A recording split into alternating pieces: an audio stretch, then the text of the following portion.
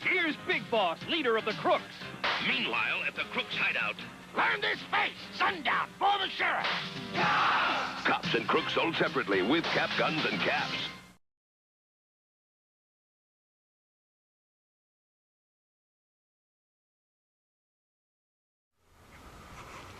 So these are all the COPS figures that I have yet to review.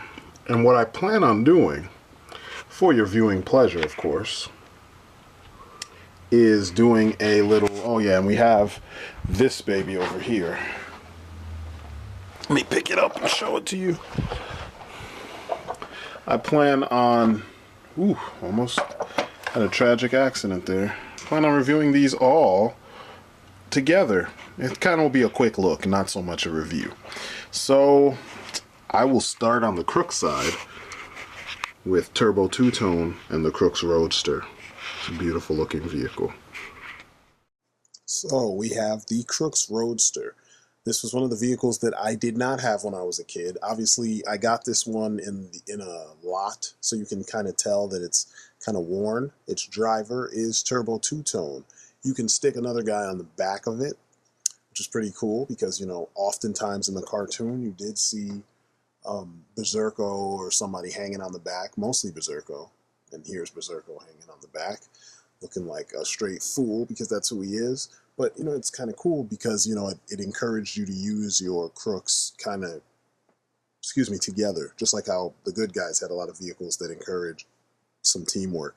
There's some huge cannons on the top, which they used a lot in the show, and it just adds to the badass look of this vehicle. I mean, the whole hot rod look is pretty dope with these huge headlights and the really old school body style, you know, and then all the pipes and just engine parts kind of sticking out of the vehicle. It's a badass looking vehicle, you know, and I like that it's a retro kind of vehicle, and then Two-Tone has Turbo Two-Tone has a retro kind of style to him also. Berserko kind of has the same thing going for him. There's this little pistol, little backup pistol there. I don't know, this was just one of those that, like, style-wise, I mean, you can see mine is in kind of rough shape because it's pretty old. I have 3 of them. I'm in the process of restoring one of them. One of them is kind of just beyond restoration, but, I mean, the cannons are in good shape. The body is basically in good shape. And the figures look pretty good, you know? Turbo Two-Tone was one of my favorite villains just based on his look, and Berserko is cool too because he just doesn't look like anything else I have in my collection. They're both definitely a product of the time, and you can kind of tell, especially Berserko. He's like got this kind of punk 1950s style going on with him. But he's dope, you know, they look dope. Next up, we got Big Boss, the main villain of the series. In the show, he was kind of goofy. The toy kind of looks sinister. He's kind of got a Kingpin thing going on. I know a lot of people used him as their stand-in for the Kingpin back in the day. I love the detailing, having all those buttons that are made of the COPS badges that he probably killed. I mean, that's presumptuous as fuck. Like, you really get the idea. Cufflinks made out of freaking badges. You get the idea that this dude is really bad, which is such a shame that the cartoon was so goofy. That cybernetic hand done in vac metal, it actually doesn't look so bad considering this is like a 20-some-odd year figure, you know? I just like that there is a definite difference between him and Bulletproof, you know? And the two of them don't look like... They don't share anything, actually, in styling, you know, when you look at them. They're just like straight opposites, color-wise and everything. And more so with my custom jacket for my Bulletproof. He's got his little mafioso looking rings. Just a cool figure. And you know what I still love is the fact that he has a different physique to Bulletproof, and there's an O-ring in there. That's just it's phenomenal. Bigger hands than most of the COPS figures, you know. it's like his whole proportions, everything is bigger than the C.O.P.S figures, and you know the rest of the C.O.P.S and Crooks. I mean, none of the Crooks share his body type, and this is Hasbro. You know, that's unheard of today. Moving on, we've got Rock Crusher. Rock Crusher was one of the figures we had when we were kids. My brother had him, and we used to swing that big old, you know, ball and chain around, and he hit a couple figures and smashed them open. Like I think he smashed Toxie. We had the Toxic Crusaders. He smashed Toxie wide open. But yeah, this guy, you can see he's got a big, ridiculously muscular physique, but he doesn't look as kind of special ed as the one in the cartoon did. I like that even though it's a simplistically made figure in the same vein as the G.I. Joes of the time, he's still got enough detail on him to keep your eye moving throughout this figure, to keep you busy, you know, to keep you entertained as you look at what your figure is made up of, you know. The backpack that goes to the jackhammer, it had wires. I took the wires off, and I even have replacement wires. I just don't use them. It's got good detailing in all his shackles. They've got like buttons and things on them, except for the ones on his arms. They just look like they don't come off once you put them on. I dig the ones, I think that the ones around his waist are well done too. I mean, he just looks like he's a dangerous guy, you know. And then of course the whole retro cap and the stripes on his shirt and stuff. It's like a throwback to, you know, the old days. And I love that style. It's so unique to this line. You've never seen it anywhere else, and you probably won't again unless Hasbro, you know, resurrects this line. Here he is compared to a Marvel Legend, and you can see he stands about the same size, which is crazy because this was 20 some odd years ago. So, you know, you get the idea that this guy is dangerous and, you know, he keeps escaping from prison. You just can't keep him in. And then we have the evil genius Dr. Bad Vibes and his robot sidekick Buzz Bomb. These guys, I always imagine them to be scarier. I mean, I guess this is a theme with cops. The villains seem like they could be scarier than what they were on the TV show. The TV show was too comedic. This guy looks like the guy who would be making, you know, kidnapping folks and testing out cybernetic parts on them and making all these monstrosities. I mean, I assume he's the guy who made Nightmare. And if he made Nightmare, then he's a scary ass dude because he's, you know, testing out shit on random people. You know, he's Frankensteining things together. But you know, his whole design just looks creepy, and like it tells a different tale from what we're used to from the show. I love, you know, the nerd things they've added to him, like the little pocket protector with the various tools in it and all the pockets all over his costume. And you know, he just looks like maybe you should put blood splatters on his suit or make it have stains, you know, blood stains or something, or even bile stains. I don't know. Maybe I'm thinking too much. Buzz Bomb. He's cool because not only was he an accessory, you could stick Dr. Bad Vibe's gun onto Buzz Bomb's arms and then he could use it, which is pretty cool. That's one of the things that was a reoccurring theme in C.O.P.S with the figures, is that if there was a sidekick, you could kind of mount the weapons on the sidekick. You'll see it again with Bowser and Blitz. Buzz Bomb has like a lot of detail all over the place. If he had a paint job similar to the one in the show, he'd be amazing. As it stands, I still like the figure, still well done. And I like that you can remove things. This little double buzzsaw thing, you can actually unclip that and, you know, just have a clamp for a hand. Next up, we have Hyena and his people. I don't know why I drew a blank for a second. Hyena showed up in towards the end of the first season, beginning of the second season, and he was just strange, you know, not quite a Joker ripoff, but you know, he had his boys, and Bullet was one of them. Bullet didn't look like this in the show, and Louis the Plumber was the other one, and Louis looked like this in the show. It just was strange. He also had Cuckoo. I forgot about Cuckoo. I don't remember Cuckoo being so much part of the group as I do remember seeing episodes where Cuckoo was one of the people that was getting snatched up. But they kind of added a different, kind of crazier element to the you know, the crooks, because before this you had mostly like organized crime uh, stereotypes, whereas this is just something else altogether, more like a supervillain type deal. And I swear it's crazy that he looks like all serious underneath the, you know, the hyena mask.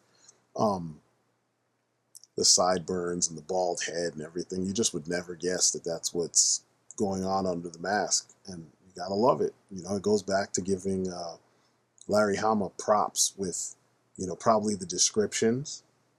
If he came up with the description first, I don't know how the process was, but I know he wrote the dossiers for all these guys. And Bart Sears, you got to give Bart Sears props for his design process, because these guys look so unique. Like Hyena, you could just take him out of Cops and use him as a villain for like the Flash, or, you know, Green Arrow or something, or you know, any one of your villain or your superheroes, and it would he would fit perfectly. You know, he has that kind of aesthetic, the super villain aesthetic. Cuckoo, he's their bomb fanatic. You know, he's like the explosives expert, and he's obsessed with clocks. His bio says that, you know, his heart just beats at a ridiculously erratic, you know, high speed, and he's always telling people what day and time it is, you know, which I find hilarious, and it'd be awesome if we got to see more of him. But you can see his costume is just adorned with clocks all over the place, clocks and watches. Watches on his thighs, watches on his arms, just watches everywhere. And it's kind of crazy. It's overdoing it, you know what I mean? But you can tell he is out of his mind, so it fits with the description that we get. And this is something I love and I miss so much about, like, older figures. They had so much character to them, and today we just don't get it. I mean, shit, we don't get any original IPs anymore unless it's some Kickstarter or something, and you always pay an arm and a leg for them. These figures were like $4, you know what I mean? $4 or $5, something like that. I don't know, really cool figure. Bullet. Now, this guy was completely different in the show. He was an African American vault smasher. He didn't use guns all over the place. He just had rockets in his boots, and he would just bash his head into vaults and open them. But in this, he is a gun fanatic, and I like that because I have lots of extra guns for figures this size, and when you look at him, he just looks formidable, and I like that, you know. So he's the guy. We always wanted him so we could have like these crazy shootouts and stuff, and, you know, have our cops actually save a lot of people and have a really cool shootout with the guy. It would have been nice if cops had a sniper, and that's weird. They don't. I guess the closest thing they have to a sniper is Mace. But his whole design actually works really well. You know, he feels like something out of RoboCop, in my opinion. A more flamboyant RoboCop villain. The series had a lot of villains that were along the lines of this, where they had a shtick, and it was pretty flamboyant. When you take off his helmet, you've got a really gruff, mean-ass looking face with a crazy Exo Squad style haircut, even though I know this is before Exo Squad. But he's still a unique character, and I love the sculpting, and I love the design. It's just, he stands out a lot. Now, I had to go back and get another vehicle because I felt like, you know, we need to do vehicles. And this was the only Crooks vehicle that I had next to the Roadster, which I have 3 of. I'm still working on getting a couple more of these, but it was a cool vehicle, especially because it's not based on anything that we have right now. It's a hover bike, essentially. And since the show took place in the future, you always saw them, you know, committing crimes on these things, or if they were in the streets and it was a bank, they'd be stealing using the Roadster. This, though, was my favorite because it just fits the time. They called it the Jailbird Airspeeder. It just seemed like characters like Long Arm and what's his name? Bullseye, the helicopter pilot. They would be chasing guys like this, or even Highway would be chasing someone like this, but like the chase would be taking place on the rooftop, so he'd have to get his bike up there somehow, maybe off of a highway, literally jump off the, you know, one of those off ramps and somehow land on a building and then just ramp off of these buildings and be chasing them or something like that. Or even if it was on foot and they were on that thing and somehow you Jackie Chan your way around to chase them. It just seems like this would be an interesting vehicle to have the cops actually trying to get after.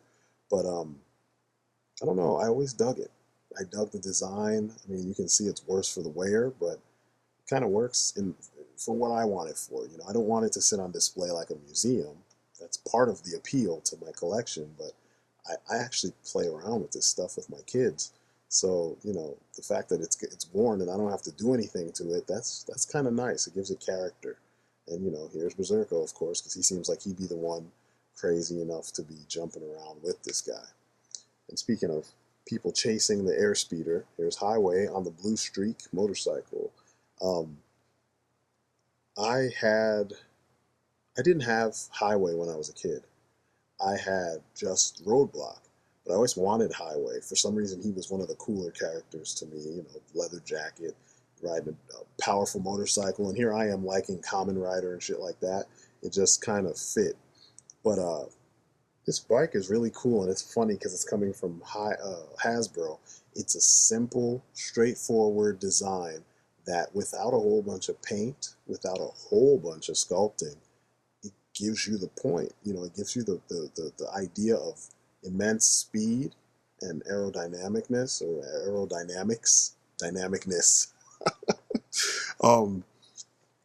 And it looks practical. It looks like something that futuristic highway patrol would use. Now, obviously, more paint would have done this thing well, or more stickers, but it still looks okay for being just a blue bike. And then Highway, he's just a badass looking character. He's like future Tackleberry from Police Academy. And I dig all his designs. I dig the freaking, his badge, the way it's so clean and clear. I dig this pistol, which is kind of the pistol that they all had in the TV show, which I kind of wish I could get more of them. If I knew someone who could hook me up with more of them, I would definitely, it'd be cool. So get at me if you know someone that can get me more of those things. For a reasonable price. I'm not paying $70 for you to make a cast of that shit. But you see he's got a holster that actually looks like it would fit that gun. And then as for the Blue Streak cycle itself, this is what it looks like with everything on it. I've got a couple of those too because they were all included in the lot that I bought that got me all these guys. Mace. He was all my friends' favorite. I liked Mace, but like I said, my favorites were like Bulletproof and Highway and Roadblock once I got him. But yeah, this guy was pretty cool. I like the fact that he has the jetpack. The jetpack is cool because you saw it in the commercial, which I show you in all of these reviews. His machine gun was awesome. I actually found that separate. And then his cannon, that thing is awesome. The fact that it could shoot a focused beam or it could shoot a burst. His whole SWAT shtick was nice. And it's cool because there were other COPS members that had a SWAT look to them. And I know I left out Powder Keg, which, I should have put him in the picture too, because he is also a SWAT person, but he's Bomb Squad.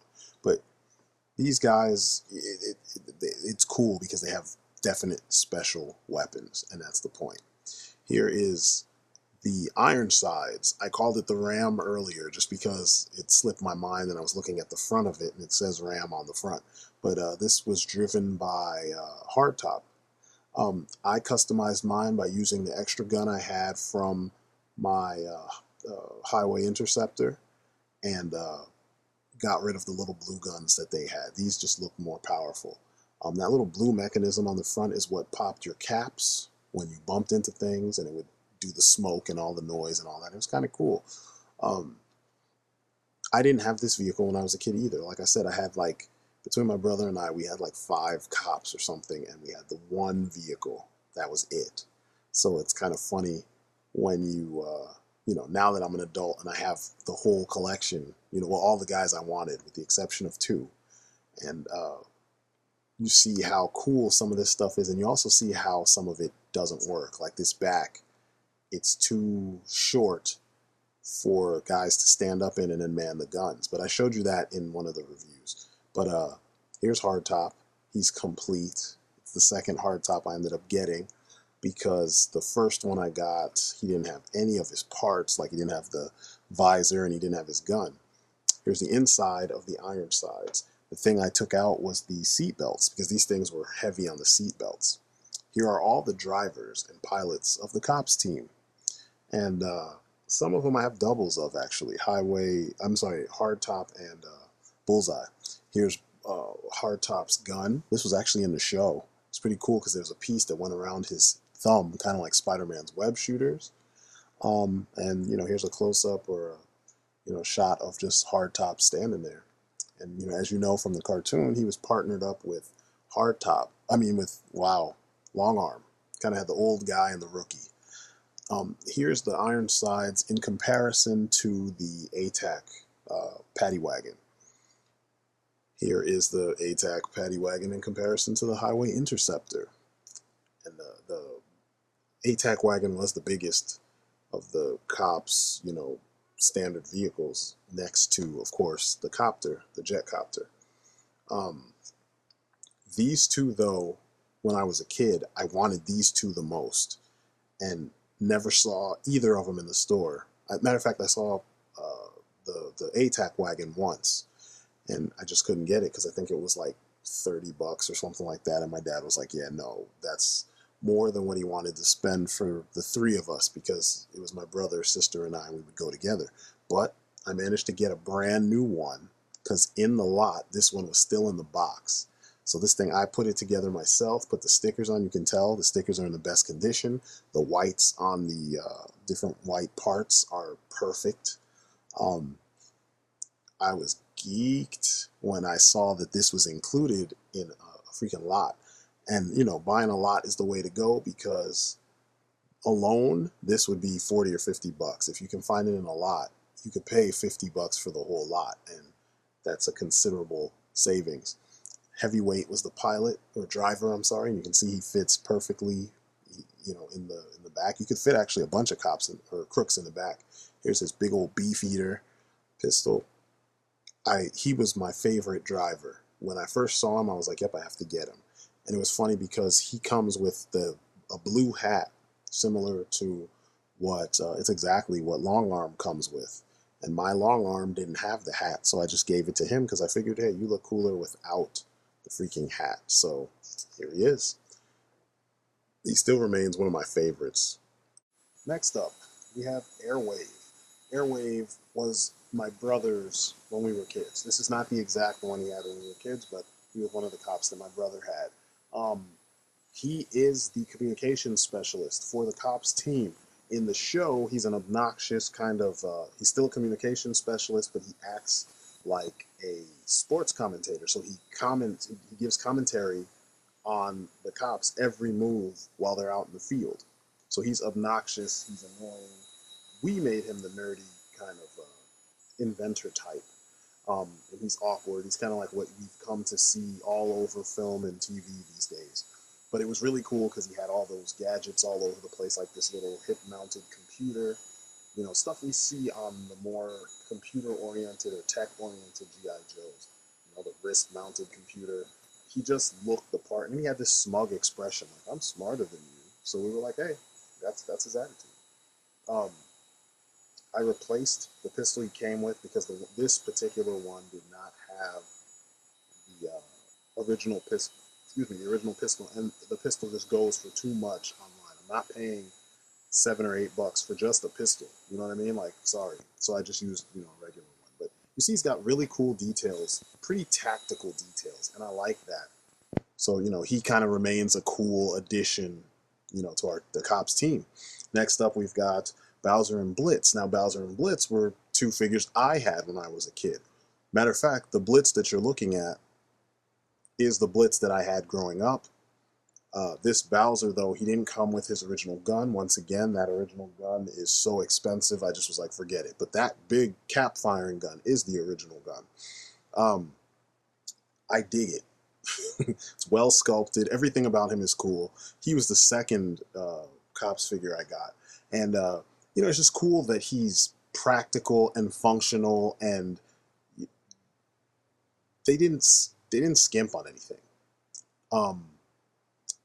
Blitz himself, it's a fully functioning, I mean, I know he's not fully articulated, but he's a fully functioning figure that works with your, you know, your full-sized figure.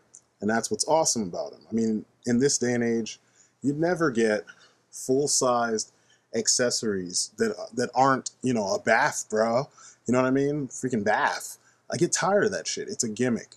You want another piece that's an accessory that works with your character, that's relevant to the character, and this is an example of you getting that. Bowser and Blitz are a team, just like Batman and Robin, just like, you know, peanut butter and jelly. You got to have the two together, and here you go. You get them together. And, you know, also the fact that all the accessories are functional. You know, the big gun that goes on Blitz is a big gun for Bowser. So, you know, it's a win. If you find this guy, especially if he's complete, it's just a win. Next up, we have Powder Keg, aka Dudley Diffuse. And I have to say that because I love these names. Larry Hama wrote these file cards for these guys, and that's one of the other awesome elements to this, the mythos of C.O.P.S. My little brother had him when we were kids. I love how he is just filled with detail, everything, the accessories, the armor, just every ounce of him is just a lot of detail. I love the blast case. Excuse me. The blast case, I think you guys can see that detail. If not, it says C.O.P.S Bomb Squad. Powder Keg was the bomb specialist, you know, from the bomb squad. And it was cool that the caps exploded inside the case. So you'd get the fire and you'd get the like, this one hasn't been used obviously because there's no burn marks or anything, but you get burn marks in it, and it really looked like, you know, something went off in the case. Here he is without his cap, his SWAT team cap. You see he's got a good sculpt on his face, big powerful looking face. Here he is with the helmet, with the shields up.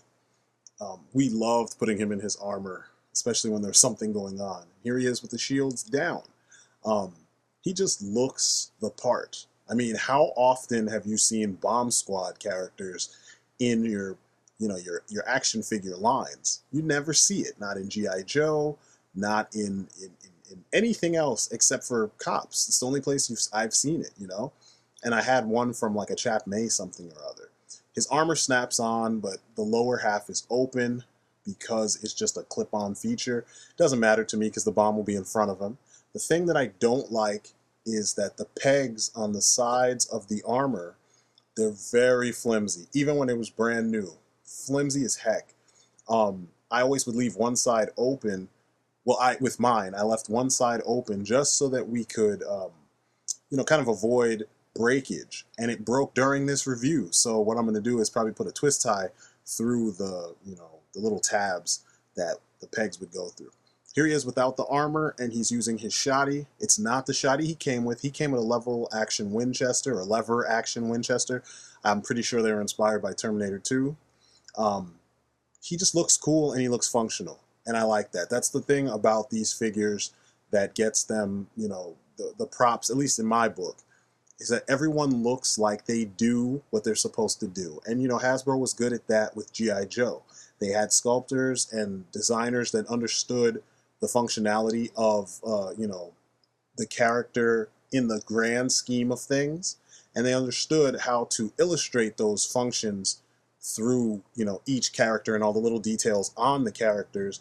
And, you know, Powder Keg is a good example of this. I mean, if you had 10 of these guys and you switched their heads, you know, gave them different heads, you could tell what function they still, you know, would have, even if only one of them wore the armor. It just, they look like functional, you know, some type of auxiliary police something, you know, that fix things, take things apart, etc. And then the armor shows that they're in the heat of battle or something that they need to be protected from, you know. So he's a good one to have. Next up, we have Sundown. Sundown is a badass figure. Very badass figure. He only has one flaw, and it's kind of as you get to the bottom of his design. But Sundown is the Texas Ranger, former sheriff. He has a very cool costume for the most part. I wish they followed the way it looked in the comics and in the cartoon, but the details are really awesome. I love the sheriff star. I love all the cowboy, elements, but I just hate the colors of his belt and his boots. They should have made them dark brown. Maybe even his gloves. Make them dark brown instead of hot red, and then the silver. Like, come on, man. He's supposed to be a badass sheriff. You can't have him wearing silver, so I'm probably going to repaint that because I don't like that part about this character. I think it's too flamboyant for who he is, and it's not, functional enough. It doesn't match.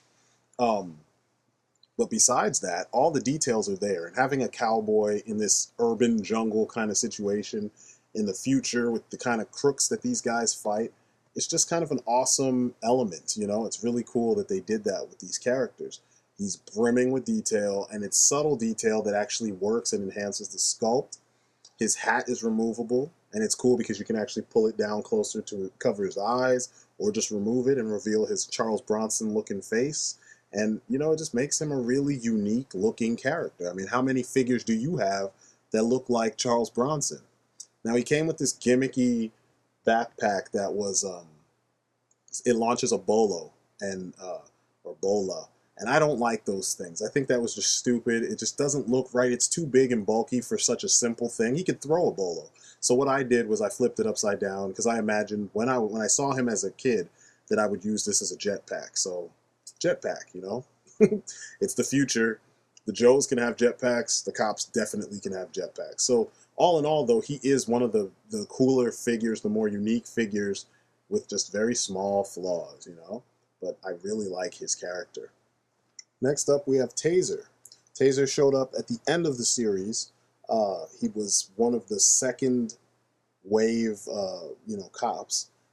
I only saw him in the brochure when I was a kid. I never saw him in real life. Even in the brochure, though, he looked a little bit different, and I thought, I don't know, I thought he was kind of cool, but I didn't really want him that bad. But as an adult, I like the design better. He uses a high-powered taser. He is a high-powered, long-range taser, and he's a specialist when it comes to traps and capture techniques.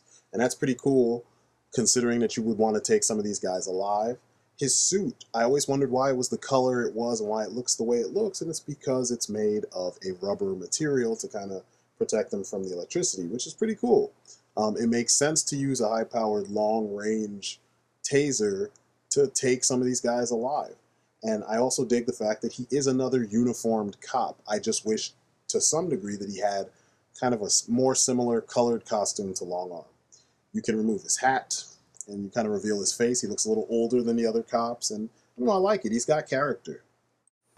Next, we have the Jetcopter. I love this thing. It is in rough shape. You can see the twist ties in the front holding the doors closed. I got this in the big lot that I got of vehicles, and I was really happy about this because this is one of those vehicles that I didn't think I was ever going to get, and it came with the pilot and everything, and even though it's been used and stuff, it's got a lot of character to it, A lot of times when things have cuts and nicks and scratches and, burns and stuff like that, it's cool because it shows you that someone actually played with this thing, and I love that about this copter. It looks like the cops team has actually, gone through it in this copter. And that's the best part about it. I'm so happy to have it. It's one of those things where it fits your 5.5-inch figures. And how often can you actually fit 5.5-inch figures in a vehicle? How often do you even get vehicles for 5.5-inch / 6-inch, characters? You never do. So, it kind of shows you how much times have changed. I really dig all of the details on this thing. I mean, it's just really sublime in the detailing. They didn't skimp on anything. I mean, this is Hasbro we're talking about. This is definitely when they gave a shit. I mean, they didn't skimp. It fits 2 guys. I mean, there's Joe vehicles. Joe helicopters don't even fit 2 guys. And this thing is like 3 times the size of a Joe helicopter, and it fits 2 figures. That's the best thing about this thing. 2 figures. You can fit 2 guys in there. They fit in a kind of strange pose, but I mean, because they're laying down. And I mean, most helicopters don't work like that, but this is the way the one in the show actually worked and in the comics, and it's unique, The bullseye you see pictured here is my second bullseye. The lot that I bought came with a bullseye in it and he was in parts. He was missing the pelvis piece, so I opted to buy another one. He also didn't have the helmet. So I found another one for a cheaper price, got him, and he came with the helmet, and he was perfect as far as paint goes, very light wear. And I was like, yeah, I'm going to get him. I can fix whatever's wrong with him as far as paint goes. And I pretty much used spray fix on him. Well, a type of spray fix, like a acrylic sealer. And it kind of cleaned up a lot of the things and protected a lot of the spots that would chip. And he just looks really good. All the details on this guy are just, you know, it makes sense. The jumpsuit looks like something that a pilot would wear, you know, a futuristic pilot would wear. The helmet also sets things off. And you can see on his back, he's got like an emergency jetpack kind of built into the suit, just in case he happens to fall out. You can turn that on and use it. Bless you. The holster that you see on his leg came in the lot, and I don't know what it came from, but it looked good on him, so I just kept it with him. The gun also came from a NECA figure. My NECA, what's his name? Sam Fisher. But you know, overall, this is a really cool figure, really functional. He really looks the part. Paint apps are nice and clean. His face reminds me so much of Steven Seagal in Hard to Kill. He has that kind of like, what? Kind of expression. You're like, what? Go ahead, do something.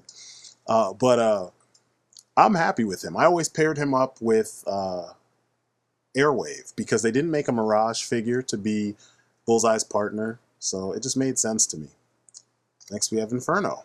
Inferno was one of the way later characters in the second wave.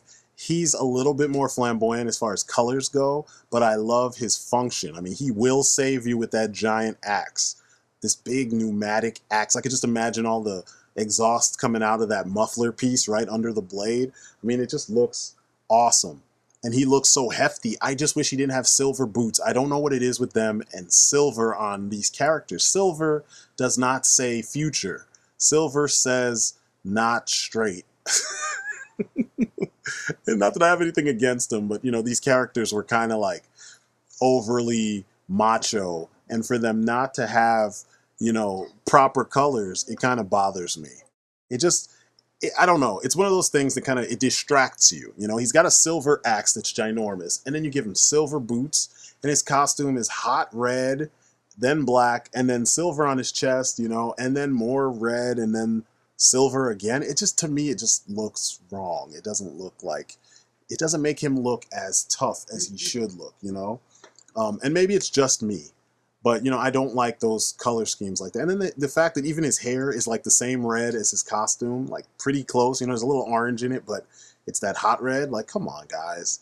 But I love the axe. I love the function. I can imagine. You can even see how this thing works, you know? I love the backpack. That's the generator for it. I love the fact that it had wires. I just took the wires off so that I could pose him better. I gave him a new pistol because the pistol he had before just looked kind of dopey. And, you know, I don't know. It just didn't fit. But he is a unique character. You know, given the shortcomings in the paint, he's still a very unique character. And I like that, you know. Last but not least is Apes. Apes, I think I had Apes when I was a kid. I remember my brother playing with him more than me, so maybe he had him. I don't remember. I just know he was one of the few that we had when we were kids.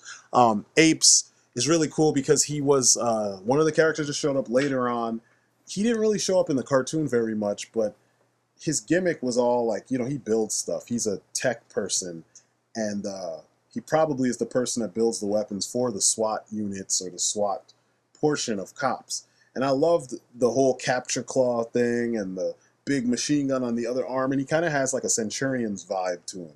And I love the riot shield on his helmet. It's like actually clear and you can actually move it. And, you know, it can flip up and flip down. And I don't know, he had a really kind of gruff, kind of brawny kind of look to him. And the weapons clicked in place like they should, you know. The peg system was good. The pegs are nice and thick. They don't just pop off. You could also remove the cap firing mechanism from one of his weapons, like from the machine gun, to the capture claw if you wanted, or keep it in the machine gun if that's the way you wanted. which is kind of cool. It almost was like added power to each weapon if you want to switch around where these power cells go. And I like that. I thought that was a cool idea. It's unique. I mean, it's really simple. I probably wouldn't really switch things around that much. But, you know, it's good that you can do that. You can take off all the little pieces and his helmet, and you reveal this face that looks like Tim Allen's partner on Home Improvement. But he looks very determined and very tough and almost looks like Breaker somewhat. But, you know, it's not a bad figure at all. I like it. I mean, you knew I liked it if I had him in my collection, right? But that is it for my C.O.P.S collection. I hope you guys enjoyed seeing all this. I enjoyed going back through all this with you guys. I'm sorry it took so long, but there's a lot of figures in here.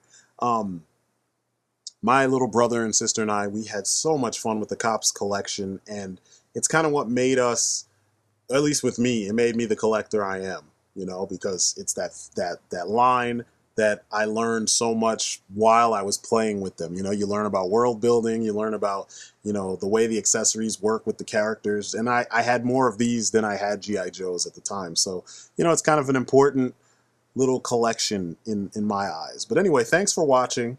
You guys are awesome. And I will see you in the next video. Peace outside. If we're gonna stop the crooks, us cops gotta know who they are. That's the Rock Crusher. No jail can hold him. And here's Berserko, a dangerous street punk. Meanwhile, at the Crooks hideout, Look out for Long Arm. He's a tough street cop. Sergeant Mace, the SWAT team leader. And Bulletproof's a federal agent. Give up, you crooks. You're surrounded by the cops. C.O.P.S and Crooks, sold separately with caps.